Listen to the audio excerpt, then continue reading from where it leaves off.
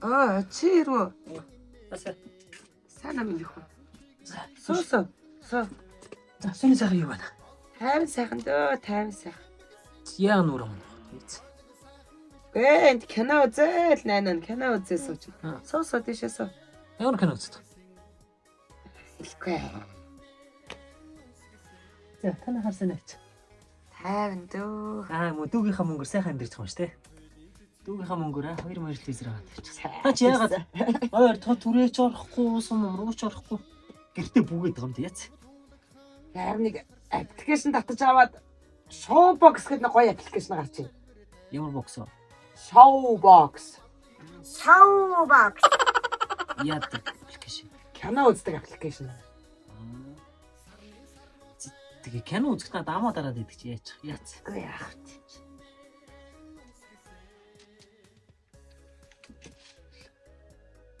Яач.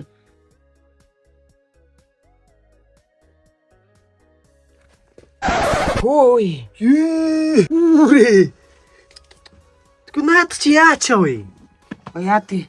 Чи дэрний солиороод л сахал махаг ус модонд орж ийн гэдэл галзуураад л янз бүрийн хийж өгөөдсөн дээ. Нүрээр дүүр аллерги гараад. Ямар сайндаа хүний нүр гарч чадахгүй. Хэдэн сар гарч чадахгүй ч. За ёстой ингэнэ гэж бол би бодоагүй шүү.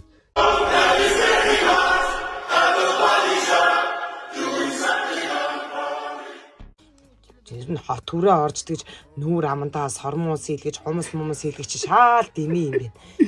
Чи яасан чи нөгөө ус сахал модонд ороод ийн гэсэн тэгээд нүүр амаар дүүрнэх юм гараад. За би ёстой ингэнэ гэж бол ёстой мэдээгүй шүү. Наад чи мөр арай л амар болчих. Тийм баха. Даан ч нэг гэрээс гарахгүй н 2 сар бүгээд ийсэн юм аа. Окей. Биш юм болсон. Би на Showbox гэдэг кино аппликейшнээс татаж аваа. Тэгээ над Клубэ гэдэг эротик киноны эхний удирдлын бүх ангийг ерөн үзээд дуусчих.